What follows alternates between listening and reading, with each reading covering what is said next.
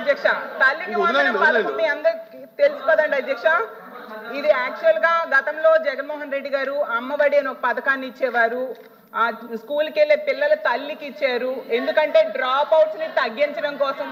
ఆగండి అమ్మా, నేను ఏం చెప్తున్నాను. స్కూల్కి వెళ్ళే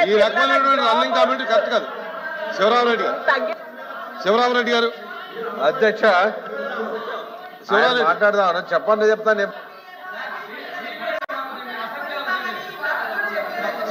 సంతోషం అధ్యక్ష.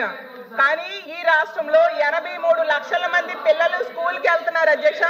దానికి కావాల్సిన నిధులు 12,450 కోట్లు అధ్యక్ష.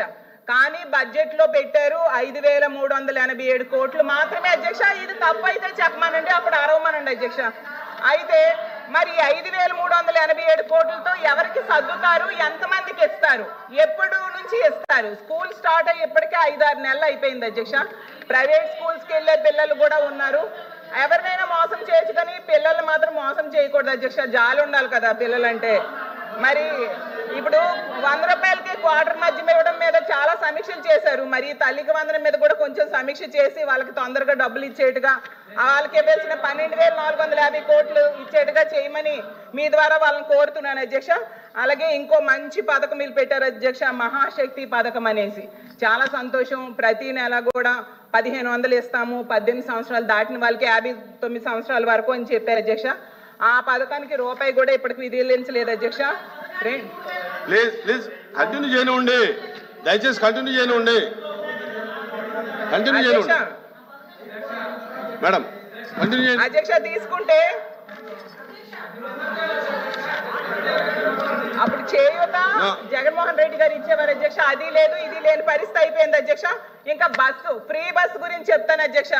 ఫ్రీ బస్సు కోసం అయితే యాడ్స్ వేసి ఓదరగొట్టారు అధ్యక్ష. ఈ కూటమి ప్రభుత్వం జూన్ లో అధికారంలోకి వస్తుంది.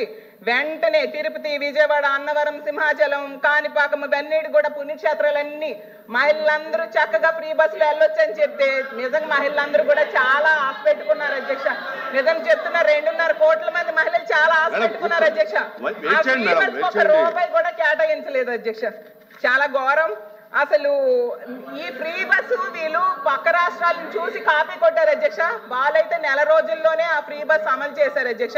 కానీ రూపాయి కూడా దానికి కేటాయించకపోవడం చాలా దారుణం. వినాయక చవితి అయిపోయింది, దసరా అయిపోయింది, దివాళీ కూడా అయిపోయింది, నెక్స్ట్ పండగ కూడా వచ్చేస్తుంది అధ్యక్ష.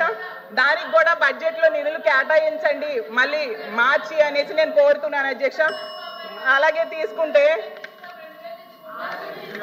గ్యాస్ బండ్ అధ్యక్ష, ఇది మరీ గవర్నమెంట్ ఏంటంటే 3 ఫ్రీ గ్యాస్ ఇస్తామన్నారు అధ్యక్ష.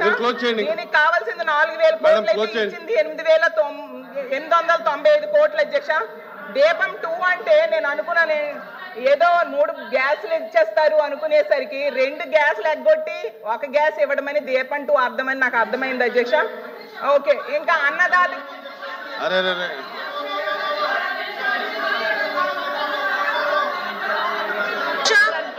అధ్యక్ష ఇక్కడ 3 గ్యాస్ సిలిండర్లని చాలా క్లియర్ గా చెప్పిన తర్వాత సాక్షి పేపర్ ని బేస్ చేసుకొని అధ్యక్ష అన్నది గారు అధ్యక్ష మేము ఫస్ట్ నుంచి ఒకటే చెప్తున్నాం అధ్యక్ష. బడ్జెట్ మీద మాట్లాడినప్పుడు బడ్జెట్ చాలా క్లియర్ గా చదువుకొని రావాలనే సంగతి సభ్యులు తెలుసుకోవాలన్న వినపం అధ్యక్ష.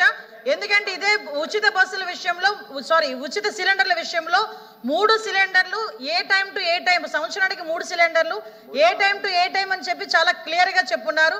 దానికి సంబంధించి మార్గదర్శకాలు కూడా విడుదల చేస్తున్నారు. అది ఓపెనింగ్ కూడా చేస్తున్నాం అధ్యక్ష. దానికి తిరిగి 2 సిలిండర్లు అని చెప్పడం అన్నది మాత్రం మంచి పద్ధతి కాదు అధ్యక్ష. అదేవిధంగా స్త్రీనిధి కింద అధ్యక్ష ఈ బడ్జెట్ లో 3,500 కోట్లు కేటాయించడం జరిగింది అధ్యక్ష.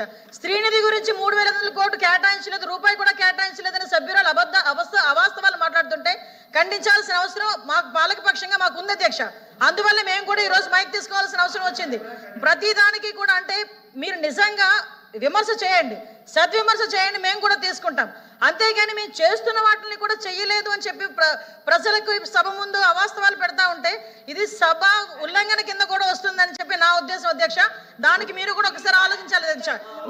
మేము బడ్జెట్ ని చాలా క్లియర్ గా బుక్ రూపంలో ఇచ్చాము, అందరూ కూడా చదువుకున్నారు. మేము ఏం చేస్తున్నాము ఏం చెప్తున్నాము అనేది మీకు ఇస్తున్నాం. మీరు చెప్పాలి. ఇప్పుడు దాని గురించి మాట్లాడడం మానేసి అవాస్తవాలు మాట్లాడడం అనేది మంచిది కాదు. దయచేసి ఇది కూడా సభా ఉల్లంఘన కింద తీసుకోవాల్సిందిగా కోరుకుంటున్నా.